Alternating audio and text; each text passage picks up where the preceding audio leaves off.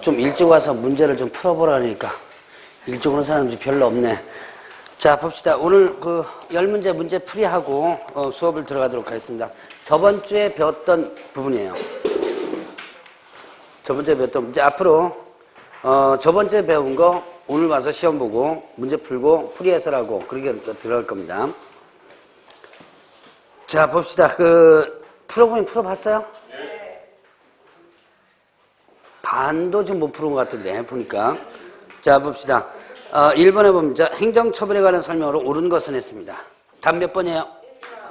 자, 개업공개사에 대한 행정처분으로는 등록 취소, 업무정지가 있다. 자, 이 개업공개사 행정처분은 등록 취소, 업무정지. 공인중개사 행정처분은요? 자격 취소, 정지가 이거죠. 자, 그다음 2번. 2번은 왜 틀렸어요? 예, 5일. 자, 그래서 여기에 보면 일단 시도의사는 5일 이내 국토부장을 보고하고 그다음에 다른 시도의사에게 통보하라 그랬죠. 자, 그러면 자격 취소 처분한 시도의사는 이렇게 씁니다. 이건 맞아요, 틀려요? 자, 이제 여러분들 배울 때는 교부한 시도지사가 5일 이내 이렇게 했죠? 자, 그럼 이 자격 취소 처분한 시도지사 이렇게 표현한다면? 예, 그게 그거죠? 예, 말 똑같은 얘기입니다. 자, 그 다음에 또 3번은요? 행정처분하고자 할 때 청문을 실시한다. 취소만 청문 대상이죠? 정지는 청문 대상 아니고, 그 다음에 4번에 개업공개사 업무정지 처분받는 경우 7일 이내 등록증 반납해야 된다. 자, 4번과 5번 동시에 하겠습니다. 4번, 5번 둘 다 업무정지하고 자격정지는 등록증과 자격증 반납한다, 안 한다? 안 한다. 둘 다 반납 안 합니다. 4번 업무정지 반납 안 하고, 그 다음에 5번 마찬가지로 자격증 반납 안 해요. 그 다음에 2번 공개사 자격정지에 관한 설명으로 옳은 것은 했습니다. 자, 1번에 자격정지는 그 공개사 자격을 교부한 시도의사 또는 사무소 소재 시도의사가 한다. 자, 자격정지는 누구만? 취소정지 모두 교부한 시도의사가 하죠. 자, 그 다음에 이번에 자격정지 받은 자는 처분일로부터 7일 이내 자격증 반납해야 된다. 위에 문제랑 거의 비슷하죠? 예, 정지는 반납 규정 없고, 그 다음에 3번에 등록관청은 공인중개사가 자격증 사유에 해당하는 사실을 알게 된 때 지체 없이 그 사실을 교부한 시도의사에게 통보한다. 예, 여기 자기 등록관청에 관할 시도의사라고 그랬죠. 관할 시도의사. 그 다음에 또 4번에 시도의사는 위반의 동기를 참작해서 자격정지 기한의 2분의 1 범위안에서 가중 또는 감경할 수 있다. 자, 그 다음에 5번은 맞는 내용이에요. 교부한과 사무소가 틀리면 어디에서? 사무소 소재 시도의사가 절차를 이행하라 그랬죠. 그래서 어떻게 한다? 교부한 시도의사 통보한다 그랬죠. 자, 그래서 맞는 내용이고 3번에 다음 중 공개사 자격 취소 및 자격정지의 설명으로 옳지 않은 것은? 자, 1번에 자격정지 기준은 국토교통부가 정한다. 맞아, 틀려요? 자, 자격정지, 업무정지 기준은 국토교통부가 정하고, 그 다음에 과태료부과 기준은요? 과태료부과 기준은 대통령령으로 정한다 그랬죠?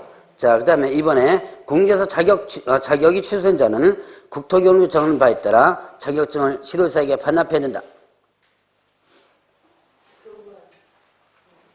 취소된 자는 시도의사가 반납해야 된다. 국토교통부령이 정하는 바에 따라 이게 맞는 내용이에요.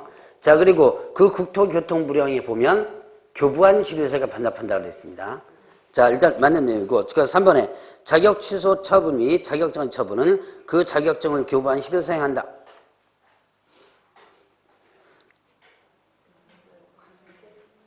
맞죠? 예, 정지 취소 처분은 누가 한다? 교부한 시도의사가 한다 그랬죠? 자, 그 다음에 또 4번에 자격정지 처분을 한 시도의사는 5일 이내, 자, 국토교통부에 보고하고 다른 시도에 통보해야 한다. 자, 5일 이내 국장에게 보고하고 다른 시도에 통보한다는 거 하는 것은 뭐만? 취소만 해당됩니다. 취소만 해당되고 정지는 해당되지 않습니다. 자, 그 다음에 5번에 분실등의 사유로서 자격증 반납할 수 없는 경우 자격증을 반납을 대신하여 뭘 제출하라 그랬어요?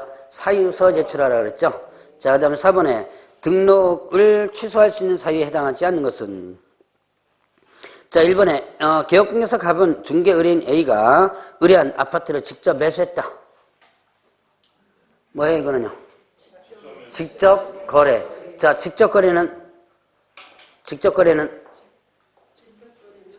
뭐 해당되죠? 금쟁이죠, 금쟁이. 금쟁이는 상대등록 취소죠. 상대등록 취소. 취소할 수 있죠. 자, 그 다음에 이번에 개업공개사 을은 의뢰인 소속공개사 A의 중개 의뢰인 B가 매수한 아파트를 직접 매수했다. 자, 개업공개사 을의 소속공개사 A는 의뢰인 B가 매수한 아파트를 직접 매수했다. 이것도 마찬가지 직접 거래죠. 자, 근데 누가 한 거예요? 그럼 개업공개사는요? 등록 취소돼야 안 돼요? 되죠. 행정상의 책임을 지죠. 행정상의 책임을 지니까 똑같이 어떻게 등록이 취소됐으면 상대등록 취소입니다. 자, 그 다음에 3번에 개업공개사 병은 도로교통법 위반으로 징역 1년에 집행유예 2년 선고받았다. 상관없나요? 자, 요거는 뭐에 해당되죠? 징역 1년에 집행유예 2년. 얘를 제가 몇 번을 예를 들었죠? 이거 뭐에 해당된다? 그렇죠. 결격사유에 해당되죠. 그러니까 절대등록 취소죠. 자, 벌써 이거 저번 주에도 이거 이해 안 들었나요? 징역 1년에 집행유예 2년이면 이 집행유예 기간 동안이 뭐가 된다? 결격사유에 된다 그랬죠? 그러니까 이거는 상대등록 취소가 아니고 절대등록 취소 사유에 해당되죠. 자, 그 다음에 그래서 답은 3번입니다.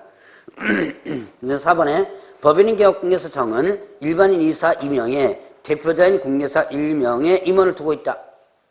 이거 뭐 한 거예요? 기준 미달이죠. 등록 기준 미달. 상대등록 취소. 자, 그 다음에 개업공개사무는 다세대 주택을 건축하여 분양하는 업을 하고 있다.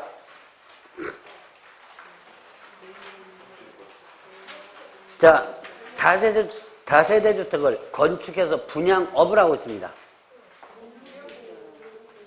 이거 할 수 있어 없어요? 할 수 없습니다. 분양 대행업으로 할 수 있지. 분양업을 하면 이건 중개대상물에 대한 매매업이에요. 내가 주택 지어가지고 판매하는 업 한다면 이건 뭐야? 중개대상물에 대한 매매업이 됩니다. 이건요. 그러니까 중개대상 매매업을 금지한다 그랬죠? 예, 이거는 상대등록 취소예요. 자, 그 다음에 5번에 다음 중 등록을 취소할 수 사유에 해당하는 것은 자, 1번에 개업공개사 갑은 전매책을 얻을 목적으로 하는 의뢰인 A를 위하여 미등기 전매를 중개했다. 취소할 수 있는 사유 해당돼야 안 돼요? 왜요? 미등기니까. 그렇게 대답하면 안 되고. 이거 무슨 행위에 해당돼요? 금지행위죠.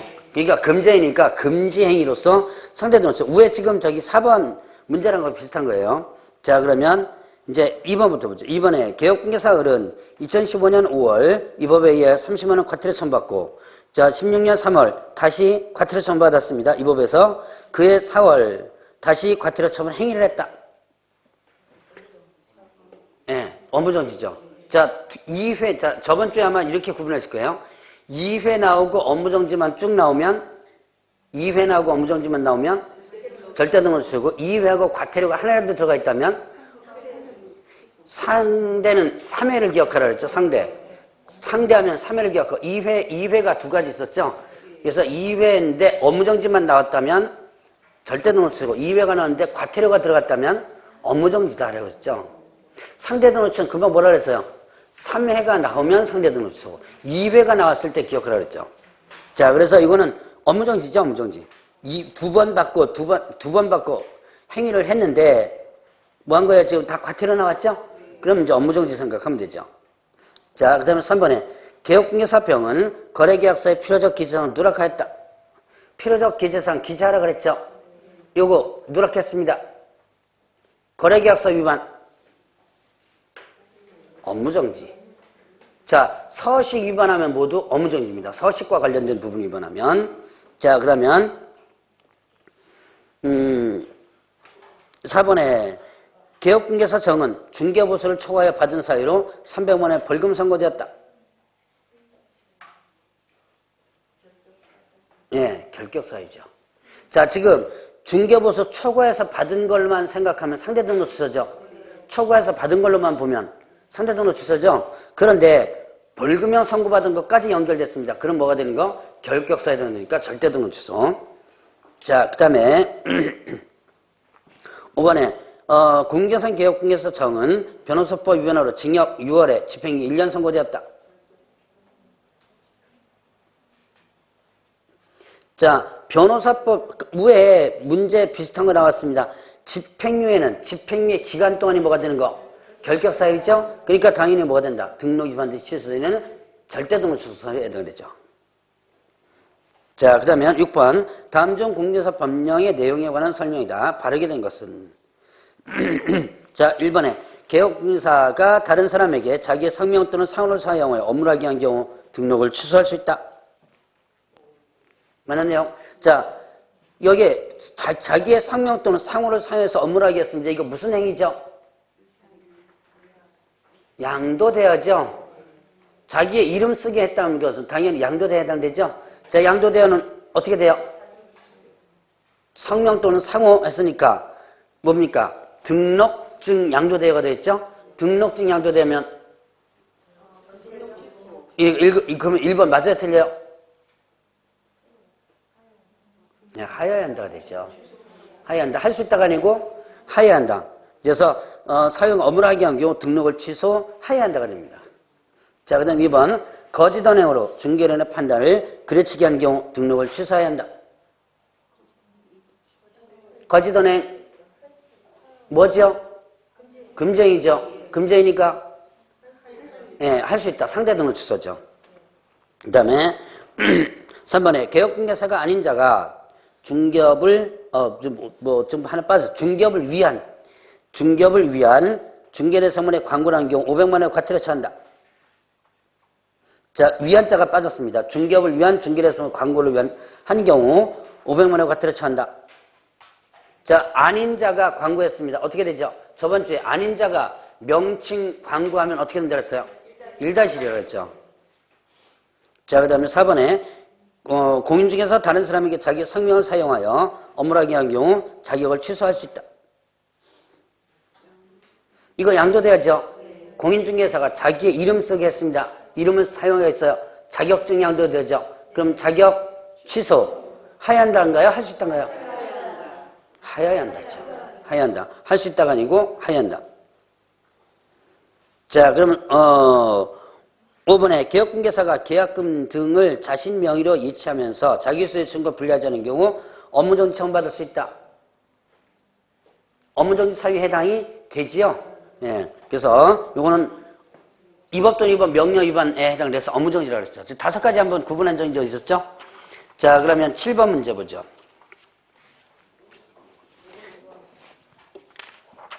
6번 1, 2, 3, 4, 5 6번 했지 않았나요? 예, 그럼 7번 문제로 들어가죠. 아, 5번 안 했나? 했잖아요. 예, 7번 문제로 들어가죠. 맞아요? 예. 자, 다음 행정처분 승계에 관한 기술이다. 옳지 않은 것은 이거 풀어보신 분 풀어보셨어요? 답 몇 번?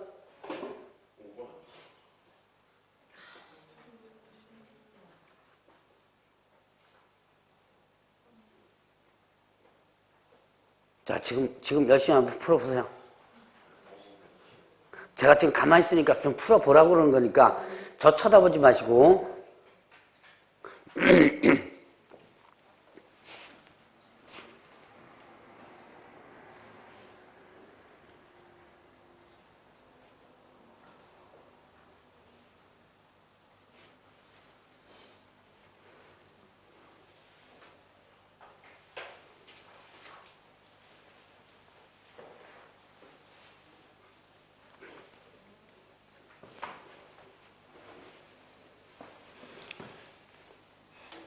답은 1번입니다. 자, 이제 행정처분 승계, 저번 주에 배웠던 행정처분 승계 부분은 누구에게만 적용되는 거예요? 개업 공인중개사에게만 적용되는 겁니다. 지금 1번은 누굴 좀 얘기하고 있는 중? 소속공개사 얘기하고, 소속공개사나 중개보조는요, 행정처분 승계와 관련된 전혀 상관이 없어요.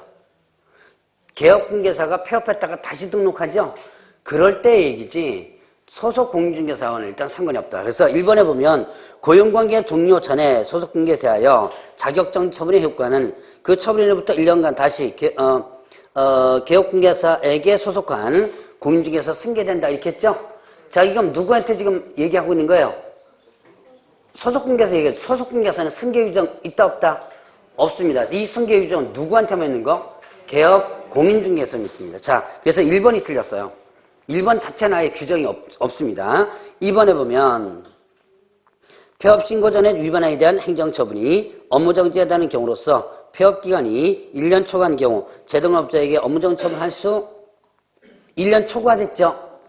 그러면 업무정지 할 수 없죠? 그 다음에 3번에 개업공개사가 폐업신고 다시 중개사무소 개설 등록 한때 폐업신고 전에 개업공개 지위가 승계된다. 기본적 내용이고요. 그 다음에 4번에 재등록 개업공개사자여 폐업신고 전에 등록 취소 및 업무정지처분 사유의 위반에 대한 행정처분할 수 있다 그랬죠? 이때 행정처분하면서 폐업기간과 폐업 사유 등을 고려를 하라라는 내용이 있습니다. 맞는 내용이고요. 이거 한번 언뜻 얘기를 했던 것 같은데, 그 다음에 또 5번에 폐업신고를 한 날부터 다시 중개사무소 개설 등록한 날까지 기간, 이게 폐업기간입니다. 3년을 초과합니다. 그럼 어떻게 된다 그랬어요? 3년 초과하면 폐업신고 전에 등록 취소 위반에 대한 행정처분을 할 수 없다 그랬죠.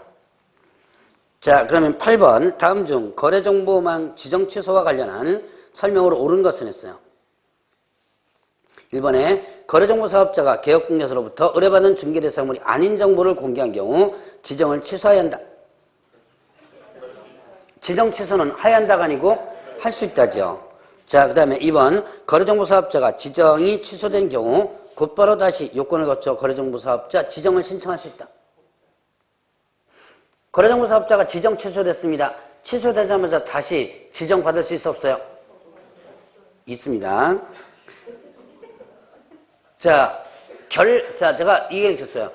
거래정보 사업자는 후속 조치가 전혀 없다 그랬어요. 그러니까 여기도 문제 하나 나오는 거, 지정서 반납 규정도 없고요. 결격 사유도 없습니다. 그러니까 지정 취소됐죠? 곧바로 다시 해가지고 지정받을 수 있어요. 그러니까 만약에 결격 사유가 있다면 어떻게 돼요? 3년간 뭐 못한다 이렇게 규정이 있으면 바로 못하죠? 근데 이거는 지정 취소돼도 바로 곧바로 할 수 있습니다. 자, 그러면 3번에 거래정보 사업자가 지정이 취소된 경우 7일 이내에 지정서를 국장에게 반납해야 된다. 지정서 반납 규정 없다 그랬죠? 자, 그 다음에 거래정보 사업자의 사원 또는 임원이 결격사유 될 때 지정을 취소할 수 있다. 결격사유 규정 아예 없다 그랬죠? 자, 그 다음에 운영규정 변경서를 얻지 아니한 때 지정이 취소를 했으며 500만 원의 벌금에 처한다. 과태료죠. 벌금이 아니고 과태료.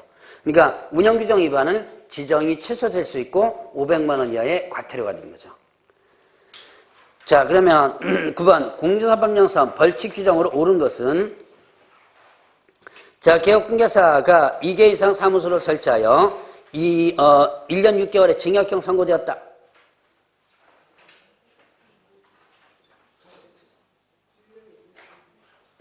이개 이상 사무소 설치합니다. 그럼 어떻게 돼요? 등록이 취소될 수 있죠. 형벌 1-1이죠. 그러니까 1년 6개월 선고될 리가 없죠. 자, 그 다음에 2번 거짓 그 밖에 부정한 범으로 거래정보 사업자 지정을 받아 1천만 원의 벌금 선고되었다.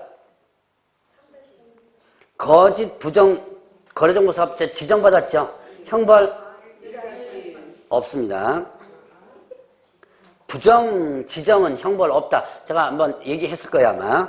자, 그 다음에 공인중개사 자격증을 양도되어 받아 1,500만 원 벌금에 선고되었다. 양도되어 형벌 예, 그럼 1,500만 원 벌금 받을 수 없죠. 자, 그 다음에 4번에 개업중개사가 아닌 자가 중개사무소라는 명칭사용 500만 원 벌금 선고되었다. 예, 4번이 맞아요. 자, 아닌 자가 명칭 썼죠. 아닌 자가 명칭 썼으니까 형벌 1-1이죠. 그러니까 500만 원 받을 수 1년 이하 징역, 그다음에 1천만 원 이하 벌금이니까 500만 원 받을 수 있죠. 자, 그다음에 직무상 알게 된 비밀을 누설한 개업중개사에게 6개월의 금고형이 선고되었다.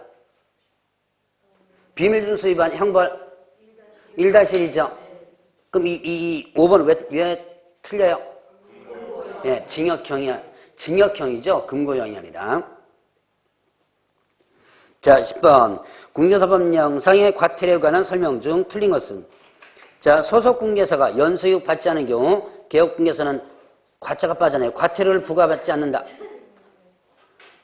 자, 과차 집어넣으세요. 과태료를 부과받지 않는다. 소속 공인중개사가 연수익 받지 않았습니다. 개업 공인중개사 과태료 부과 대상이 아니에요. 아니죠. 자, 소속 공개사가 만약에 연수익 받지 않았다면 소속 공인중개사가 과태료 받지, 그럼 뭡니까? 개업 공개사는 과태료 부과 대상이 아닙니다. 자, 그 다음에 2번. 공인중개사 자격증 처분을 받은 자격증을 받은 자가 자격증을 반납하지 않은 경우 시도지사가 과태료를 부과한다. 요거 아까 문제 푸는 거예요. 중고때 문제가 좀 나왔는데, 자, 자격정지는요, 자격증 반납 안 하죠, 아예. 자, 그래서 2번이 틀렸습니다. 그 다음에 3번에 과태료의 금액을 정함에서 당해 위반의 동기가 휩쓸 참작하여 가중 또는 감경할 수 있다 그랬죠. 예, 그 다음에 자, 거래정보사업자 협회 과태료는 누가 부과징수? 국장. 그 다음에 계산명령 위반한 협회 어떻게 되죠? 500만 원의 과태료. 자, 앞으로 4번, 5번이요. 답 4번이 3번이고요. 5번이 1번. 1번. 5번에 1번. 4번에 3번이고요. 가능하면 여러분들이 아침에 와서 그 스스로 한번 풀어보시기 바랍니다. 이제 매주 이거 문제가 이제 원래 이거 5월달부터 제가 지금 이거 하려고 그랬던데 하도 문제를 좀 달라 그래가지고 지금 이 부분을 그냥 이번 주부터 그냥 하기로 했어요. 그래서 아침에 와서 요 10문제를 풀고 해설하고 그 다음에 나갈 거예요. 전주에 배운 거, 저번 주에 배운 거 오늘 풀 겁니다. 그러니까 여러분이 미리 공부를 좀 해오셔야 돼요. 해설 없습니다. 네? 답? 그러면 의미가 없죠? 자, 일단 278페이지를 보시기 바랍니다. 오늘 이제 진도 나갈 거는 278페이지에 부동산 거래신고에 관한 법률. 자, 부동산 거래신고. 소위 말하는 이제 실거래가 신고입니다. 자, 278페이지. 자, 일단 부동산 거래신고에는 법률 부분에 재정 목적 있죠? 요거 여러분들이 시험 문제 나올 수 있으니까 여러분들 좀 기억을 좀 해놓으시고요. 자, 이 법은 어떻게 하는지 아세요? 이 법을 만든 이유. 이 법은 부동산 거래신고 제도에 관한 사항을 정한다 그랬죠. 그 다음에 또 건전하고 투명한 부동산 거래소를 확립한다 그랬습니다. 그 다음에 또 국민경제 이바지원 목적한다. 자, 여기서 보면 일단 부동산 거래신고에 관한 사항을 정한다 그랬고요. 그 다음에 건전하고 투명. 자, 이게 공정하고 그러면 틀려요. 공정이라고 말씀을 드립니다. 뭐라고 됐죠, 지금? 건전은 공정 이렇게 하면 틀린 거예요. 자, 그래서 공정하고 투명 이렇게 하는 게 아니라 건전하고 투명. 이건 또 두 가지로 갈릴 수 있죠. 자, 건전한 부동산 거래소 확립, 투명한 부동산 거래소는 이렇게 구분하고요. 자, 이제 국민경제 이바지. 국민경제 이바지는 어디서 본 것 같지 않으세요? 예, 중개사법의 제정 목적에서 본 거죠. 자, 그럼 이제 용어의 정의 보죠. 용어의 정의 보면 거래 당사자는 누굴 얘기한다? 거래 당사자 매수인과 매도인. 자, 매수인과 매도인 둘 다를 얘기한다. 그러면 이때 뭐 하는 매도인과 매수인이냐? 그 밑에 토지하고 건축물 있죠? 토지하고 건축물. 그 다음에 또, 자, 도시 및 주거환경 전입 때는 관리처분 계획의 인가로 취득한 입주자로 선정된 집이 소위 말하는 뭐예요? 도정법상의 입주권 있죠. 그 다음에 또 주택법상의 뭐예요? 사업계획 승인을 받아 건설 구파하는 주택의 입주자로 선정된 집, 소위 말하는 이건 뭐죠? 주택법상의 분양권이죠. 자, 그래서 토지 건축물 요거가 흔히 말하는 여기서 이제 부동산 이렇게 표현하는 거고, 그 다음에 또 부동산을 취득할 수 있는 권리, 부동산 권리가 바로 두 가지, 도정법상의 입주권, 그 다음에 또 주택법상의 분양권, 요 두 가지를 부동산을 취득할 수 있는 권리라고 그러죠. 자, 이것이 부동산 거래 신고 대상이죠. 자, 그래서 밑에 보면 거래 신고 대상은 토지하고 건축물 나오고요. 그 뒤로 부동산을 취득할 수 있는 권리 있죠. 금방 얘기했던 도정법상의 입주권과 그 다음에 또 주택법상의 분양권을 얘기한다 그랬죠. 자, 그러면 신고는, 자, 이 부동산 거래 신고는 뭐만 부동산 거래 신고 대상이 된다? 매매만 부동산 거래 신고 대상이다. 자, 매매만 부동산 거래 신고 대상이고, 자, 임대차라든가, 그 다음에 교환이라든가 이런 것들은 부동산 거래 신고 대상이 아니죠. 뭐만 부동산 거래 신고 대상? 매매만. 자, 그러면 이제 부동산 거래 신고는 언제부터 이 매매 계약이 체결되면 계약 체결일로부터, 자, 계약 체결일부터 언제까지? 60일. 자, 계약 체결일부터 60일 이내에 부동산 거래 신고를 하라 그랬어요.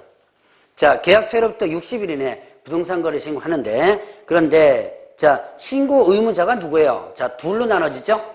일단 거래 당사자가 의무자가 될 수도 있고요. 또 누가? 개업 공인중개사가 의무자가 될 수 있습니다. 자, 여기 281페이지 보면 맨 꼭대기에 신고 의무자 이렇게 해서 나오죠? 자, 그러면 거래 당사자가 매매계약하는 거래계약서를 작성한 경우, 이건 뭐예요? 거래 당사자끼리 거래한 거죠.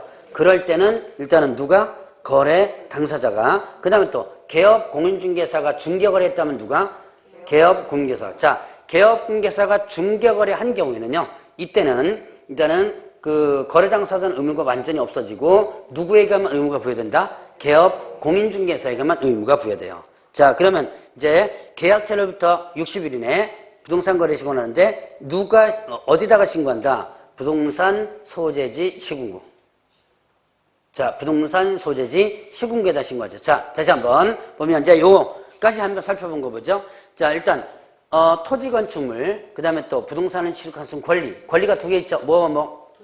도정법상의 입주권과 그 다음에 또 주택법상 분양권이죠. 거기에 대한 뭐가 체결되면? 매매 계약이 체결되면. 자, 교환 임대차 해당 안 된다 그랬죠. 매매 계약 체결되면 계약 체결일로부터 60일 이내 어디다가? 부동산 소재지 시군구, 부동산 소재지 시군구에다가 신고한다. 자, 부동산 소재지 시군구에다가 신고를 하는데, 자, 이때 신고는 누가 한다? 거래 당사자가 신고할 수도 있고 개업 공개사가 신고할 수도 있는데, 거래 당사자가 신고하는 거는 어떤 경우에? 일단 누구 끼지 않고, 개업 공개사 끼지 않고 거래 당사자끼리 했을 때, 자, 그 다음에 또 개업 공개사 신고하는 것은요?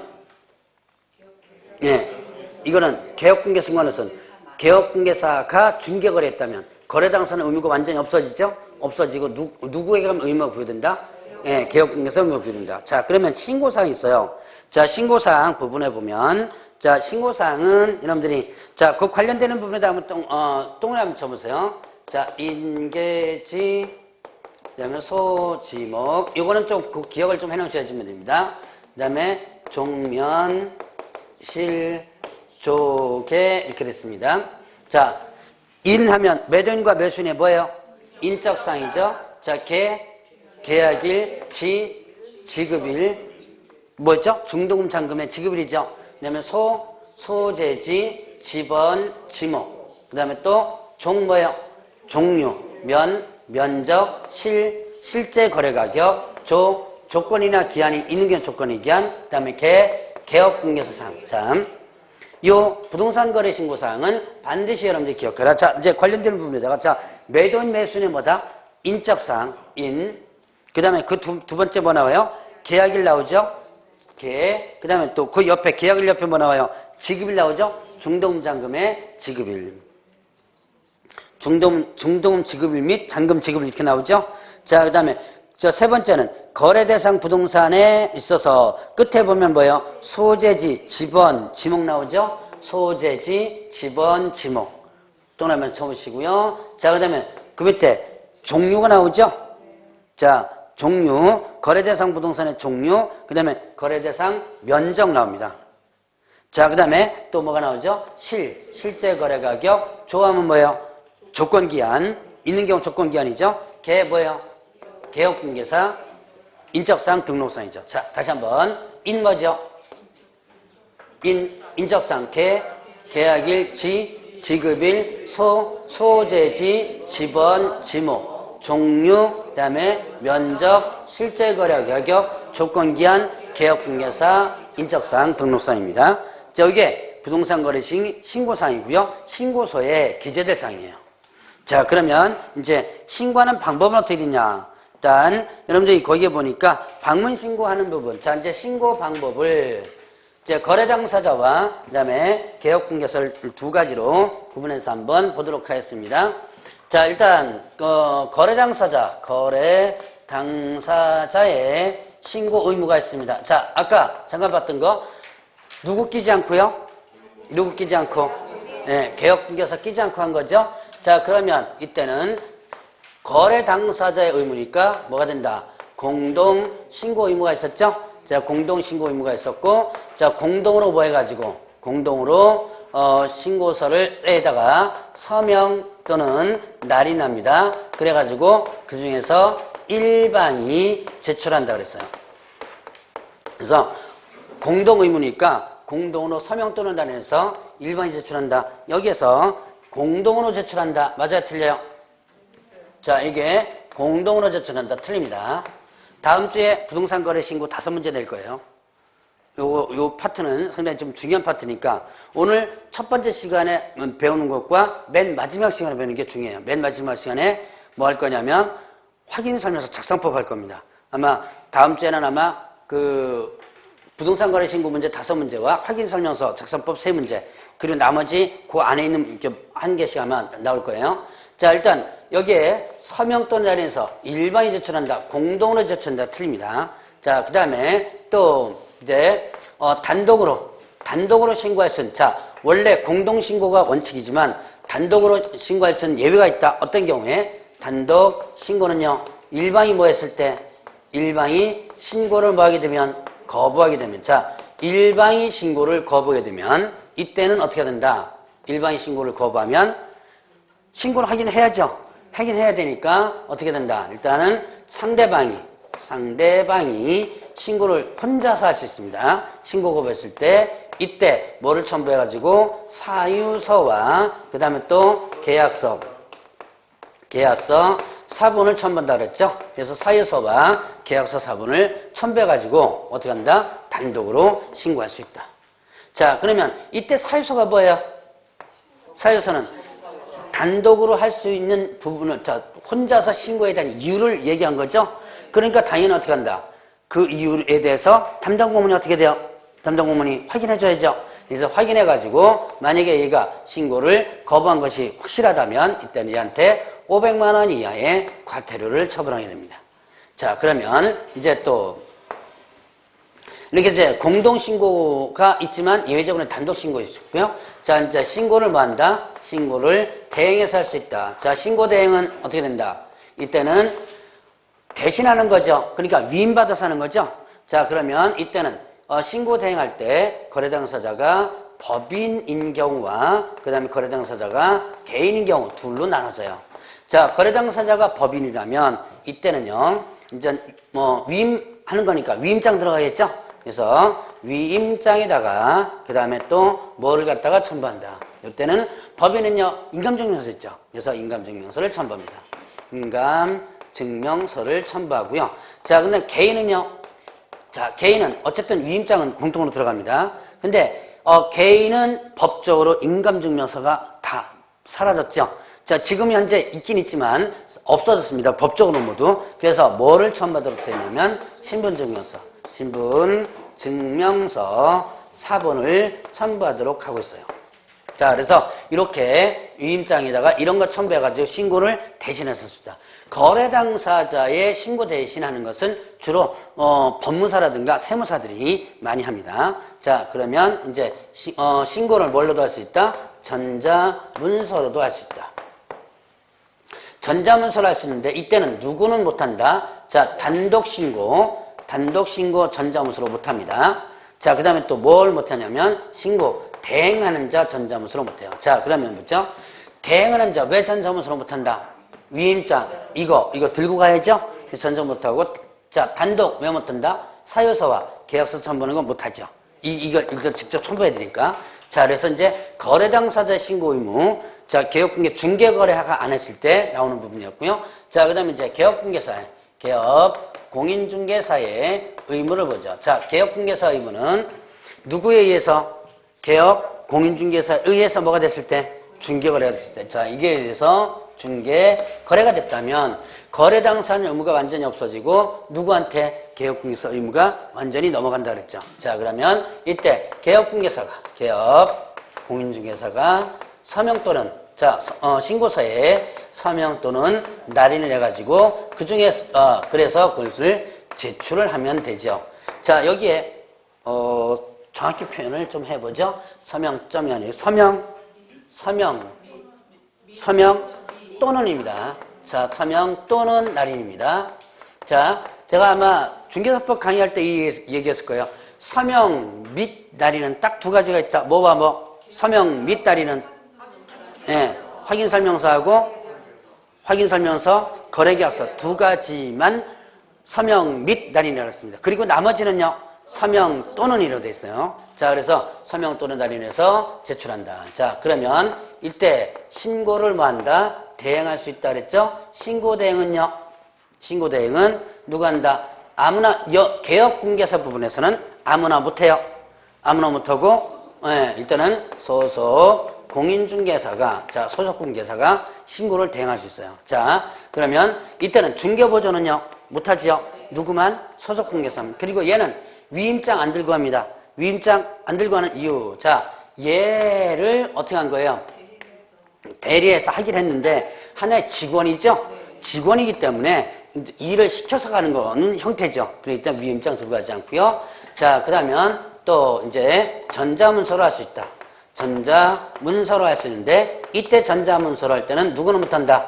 대행하는 자는 못하죠. 대행하는 자가 누구예요? 소속공개사죠. 이 소속공개사는 일단 못합니다. 그러면 소속공개 왜 못한다? 자, 이것도 위임장 안 들고 한다 그랬죠. 근데 왜 못한다? 얘가 신고됐는지 안 됐는지 모르기 때문에. 그래서 신고가 완전히 100% 됐다면 아마 전자문서도 가능할 거예요. 근데 신고됐는지 안 됐는지 모르기 때문에 전자문서로 못하고 직접 가서 방문신고를 해줘야지면 돼요.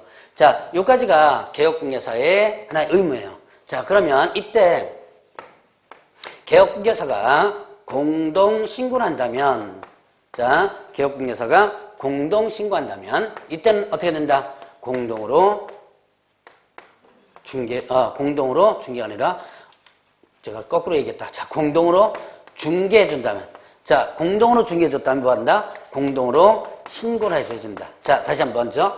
개업공개사가 뭐 한다면, 공동으로 뭐 한다면, 중개해준다면, 신고를 어떻게 하라? 공동으로 신고해주시면 됩니다. 그래서 공동중개라면 공동신고라. 이거 만약에 위반하면 500만 원 이하의 과태료예요. 요거 위반하면. 자, 그래서 신고와 관련된 부분을 이렇게 한번 구분해 봤고요. 자, 그럼 이제 이렇게 신고했습니다. 거래당사자 신고든지 개업공개 신고든지 신고했어요. 그러면 이제 283페이지로 넘어가면 신고필증 발급하는 부분 보세요.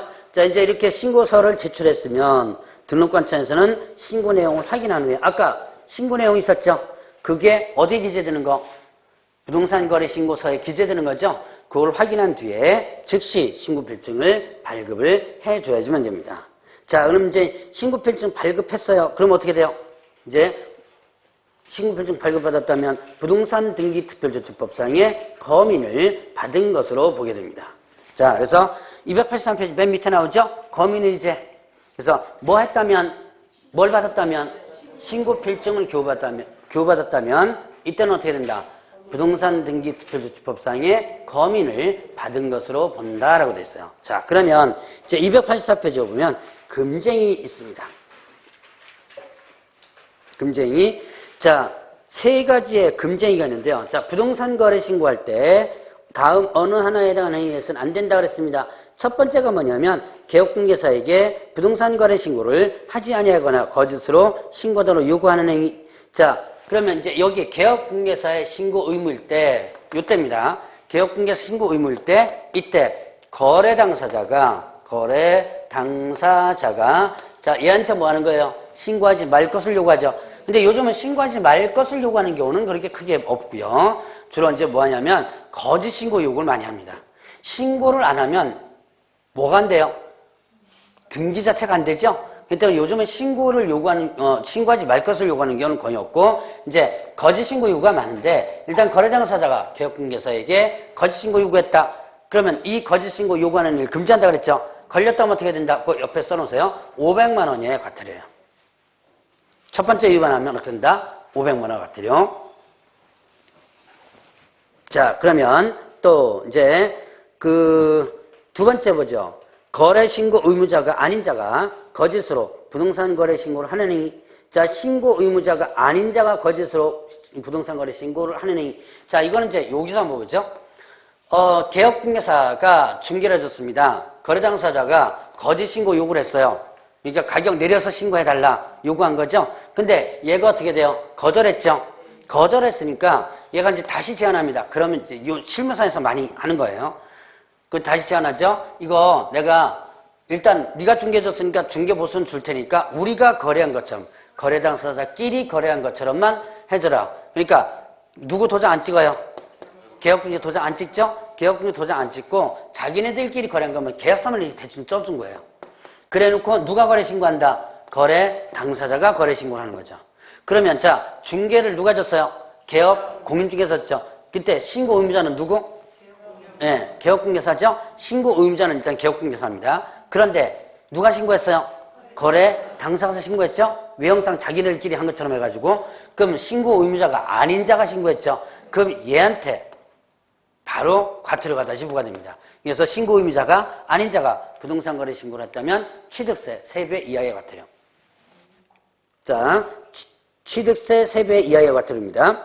아니면 권리는 취득가액의 100분의 5고요. 부동산을 취득할 권리는 100분의 5. 자, 이렇게 해서 이제 거래 신고를 신고 의무자가 아닌 자가 거짓 신고하는 행위를 했고요. 자, 취득세 3배 이하만 일단 적어 놓으세요. 취득세 3배 이하. 자, 그다음에 또 세 번째, 거짓으로 부동산 거래 신고하는 행위를 조장하거나 뭐다? 방조하는 행위. 자, 조장 방조, 거짓 신고 조장 방조, 거짓 신고를 갖다가 어떻게 옆에서 부추긴 거죠? 자, 그럼 이때는 어떻게 된다? 500만 원 과태료예요. 자, 그래서 세 가지 금쟁이를 일단 해서는 안 된다. 자, 이제 신고 내용 조사 들어갑니다. 이제 부동산 거래 신고해서 신고 필증 교부받았죠? 신고 필증 교부받았다면 일단 아까 뭐라 했었어요?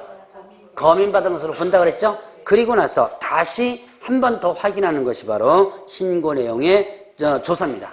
그래서 누락되었거나 정확하지 않다고 판단되는 경우에, 자, 누락되었거나 정확하지 않다고 판단되는 경우에 이때는 뭐 할 수 있다?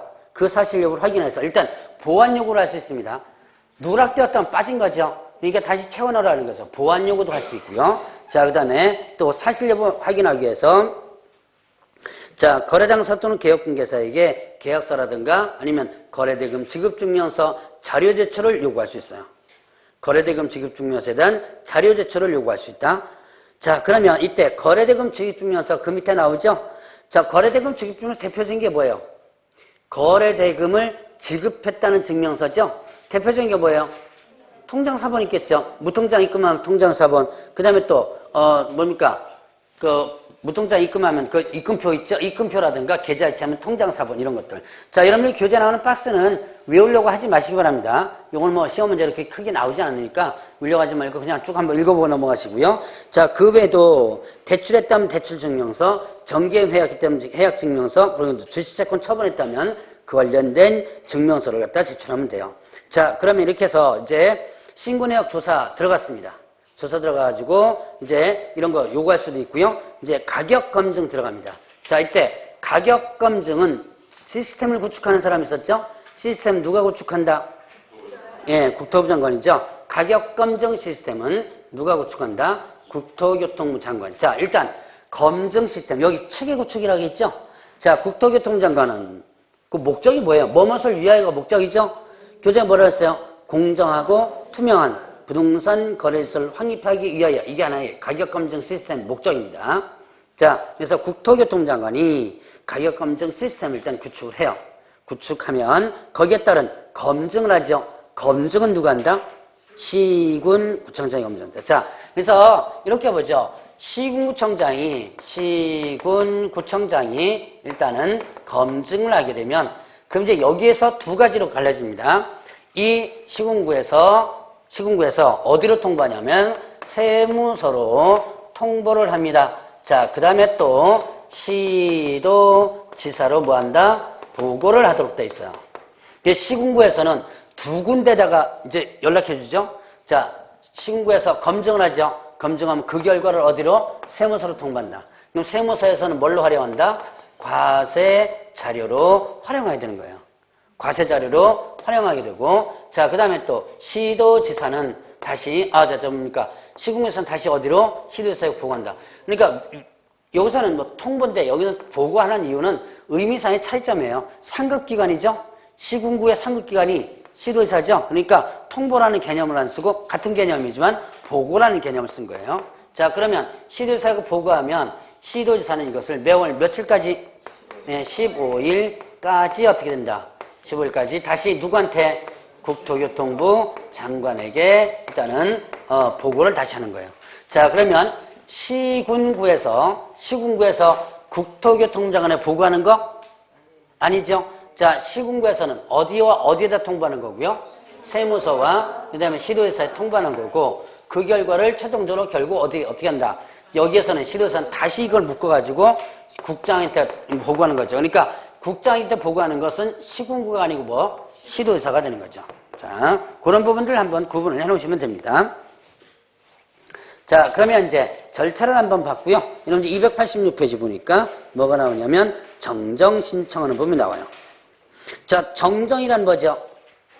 고치는 거죠. 정정 신청은 하나의 고치는 겁니다.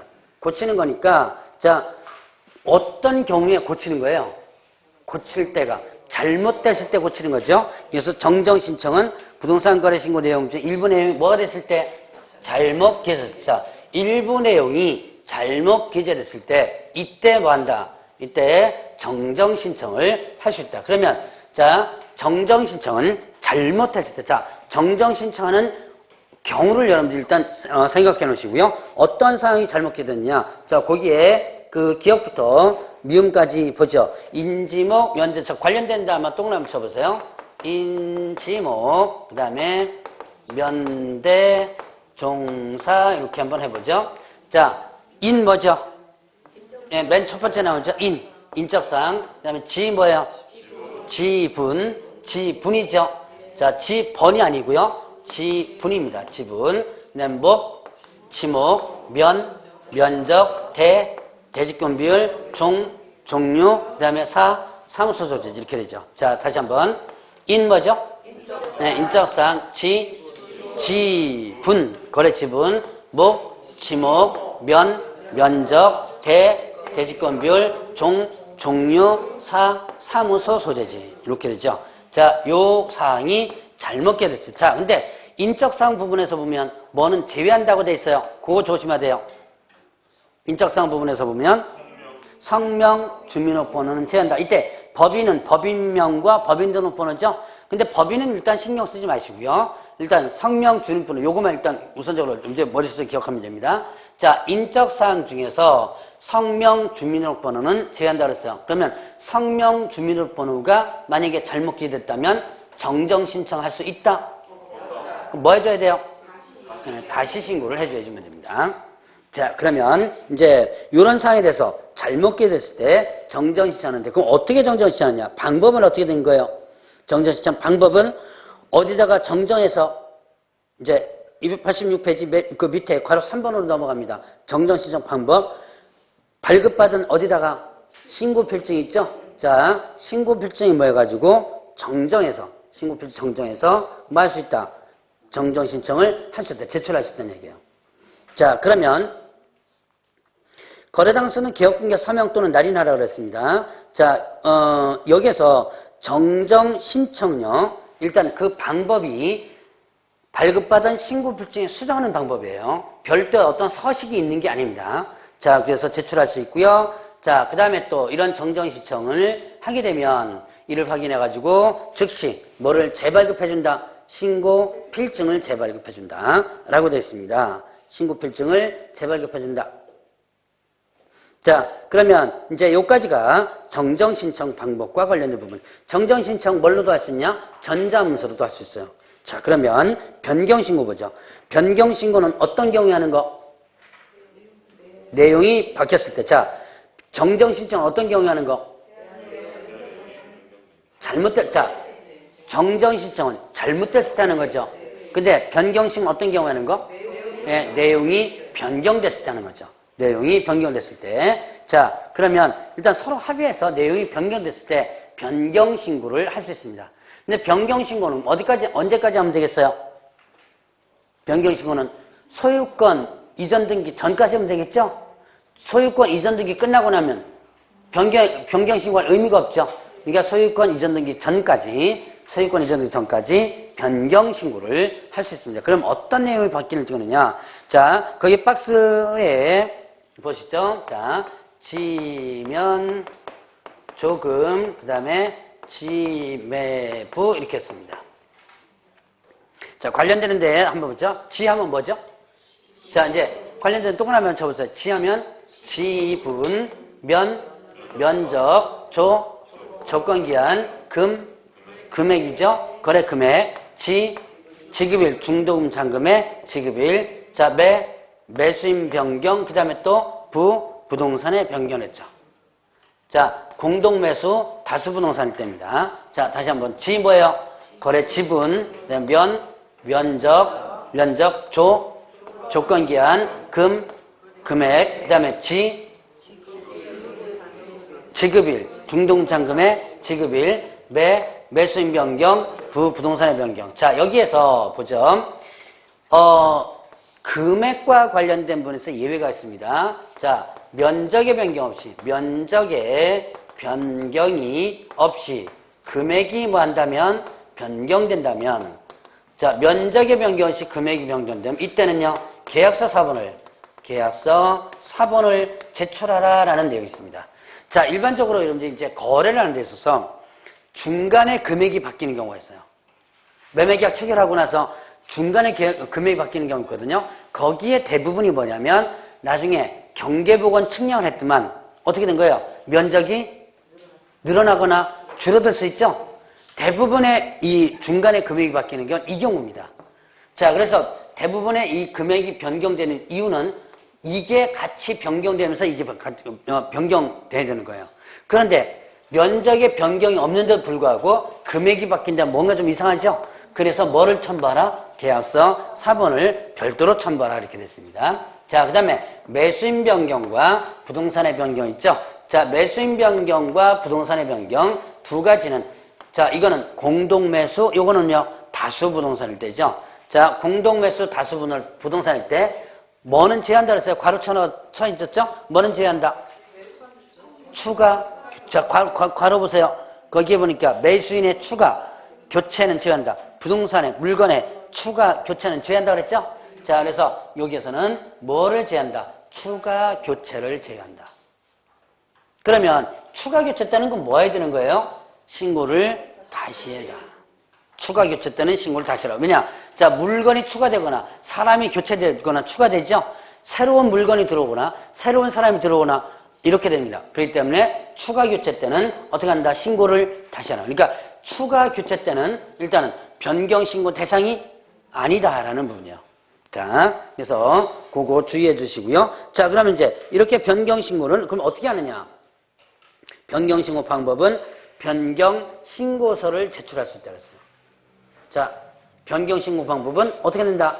변경 신고서를 제출할 수 있다. 자, 그래서 여기는 변경신고서라는 서식이 있습니다. 그걸 제출할 수 있고요. 이를 확인해서 즉시 뭐를 재발급해준다? 신고 필증을 재발급해준다. 자, 그러면 이제 보죠. 그 변경신고도 뭘로도 할 수 있고 전자문서로도 할 수 있습니다. 자, 먼저 이거는 지금 위에 거는 뭐예요? 인증업 면대종사 이거는요. 정정신청이죠. 자, 그 다음에 지면조금 지매부 이거는요. 변경신고죠. 자, 이제 두 가지를 비교를 한번 해봅니다. 자, 정정신청은 어떤 경우에 하는 거고 잘못 기재했을 때. 변경신고는요. 내용이 바뀌었을 때. 정정신청 방법은요. 정정신청 방법은 발급받은 신고필증에 정정한다 그랬죠? 정정 제출하죠? 서식 없다 그랬죠? 왜냐면 변경신고 방법은 변경신고서라는 서식이 있다 그랬죠? 그거를 일단 제출하면 된다 그랬습니다. 자, 그 다음에 또 신고사항도, 뭡니까? 그 정정신청, 변경신고 사항도 좀 각각 좀 틀리죠? 공통되는 거 한번 찾아보세요. 지분이 일단 공통됩니다. 그 다음에 또 뭐야? 면적이 공통돼요. 그러니까 뭐와 뭐? 지분, 면적. 지분, 면적만 각각의 공통되는 부분이고 나머지는 어떻다? 자, 그 각각 내용이 좀 틀리다. 이런 것들을 좀 비교를 해 놓으시면 됩니다. 자, 그러면 이제 계약 해제 등 신고를 보죠. 자, 해제 등 신고. 자, 288페이지의 해제 등 신고는 어떤 경우에 하는 거예요? 계약 해제 등 신고. 계약이 뭐 했을 때? 무효, 취소, 해제됐을 때. 자, 계약이 무효, 취소, 해제됐을 때. 이때 해제 등 신고를 하여야 한다, 할 수 있다? 할 수 있다. 해제 등 신고를 할 수 있다 그랬습니다. 해제 등 신고를 하여야 한다가 아니고 할 수 있다. 자, 그러면 왜 이런 해제 등 신고를 하는 거예요? 부동산 거래 신고를 하고 나서 나중에 계약이 중간에 어떻게 돼요? 무효, 취소, 해제 깨진 거죠? 그럼 나중에 세금 내라고 나오겠죠? 그것 때문에 이런 제도를 만들어놨다. 자, 하여야 한다가 아니고 뭐다? 할 수 있다. 제가 이런 얘기를 했을 겁니다. 담당 공무원과 민원인과의 관계. 두 번 얘기했죠? 담당 공무원이 답답하다면 하여야 한다로 돼 있고 담당 공무원이 별로 답답하지 않은 것은 할 수 있다 돼 있다 그랬죠? 자, 계약 깨졌습니다. 담당 공무원은 별로 답답한 거 없죠? 그러니까 이는 할 수 있다고 하는 거예요. 하여야 한다. 시험 문제 한번 나왔던 적이 있었습니다. 자, 그러면 해제등 신고하는 방법은 어떻게 된다? 일단은 해제등 신고서가 있습니다. 해제등 신고서를 작성을 해서 신고서 작성하죠. 그래서 제출을 할 수 있다 그랬죠. 자, 그러면 이때 개업 공인중개사가 해제등 신고서를 제출할 때 거래 당사자의 서명 난인을 받아줘야지만 됩니다. 자, 요거 288페이지에 있는 부분 맨 밑에 거래 당사 서명 또는 날인 있죠? 거기 있는 거 잠깐 보시기 바랍니다. 자, 누가 해제등 신고서를 제출할 때? 개업 공인중개사가 해제등 신고서를 제출할 때 이때 누구의 서명란을 일단 받아라? 거래 당사자의 서명란을 받아라 라고 했었죠. 자, 요거 지금 부동산 거래 신고 부분에서 유일하게 개업 공인중개사가 할 때 거래 당사 서명란을 받는 유일한 규정입니다.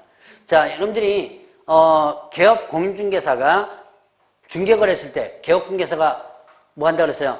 부동산 거래 신고를 한다 그랬죠. 요때도 거래당 서면을 안 받습니다. 자, 그래서 개업공개사가 할 때 유일하게 거래당사 서면을 받는 유일한 규정이에요. 꼭 기억을 해놓으셔야 돼요. 해제등 신고서를 누가 제출할 때? 개업 공인중개사 제출할 때 이때 어떻게 된다? 예, 거래 당사자가 서면을 한다. 그러면 결국은 누가 제출하는 거? 개업 공인중개사 제출하죠. 그러니까 서면을 어떻게 해줘야 돼요? 개업 공인중개사 지가 제출하는 거죠. 그러니까 자기도 서면을 해줘야죠. 자기도 서면을 하고 누구도요? 예, 거래 당사자 서면을 하도록 하고 있죠. 자, 그래서 그런 부분들 주의해 주시고 이렇게 해서 해제등 신고서를 제출하게 되면 이를 확인해 가지고 즉시 해제등 확인서를 발급을 해주도록 하고 있어요. 자, 그러면 이제 이렇게 해서 거래자 신고 절차를 전반적으로 봤고요. 좀 쉬시죠. 쉬었다가 그 제재하고 신고서 작성법을 보도록 하겠습니다.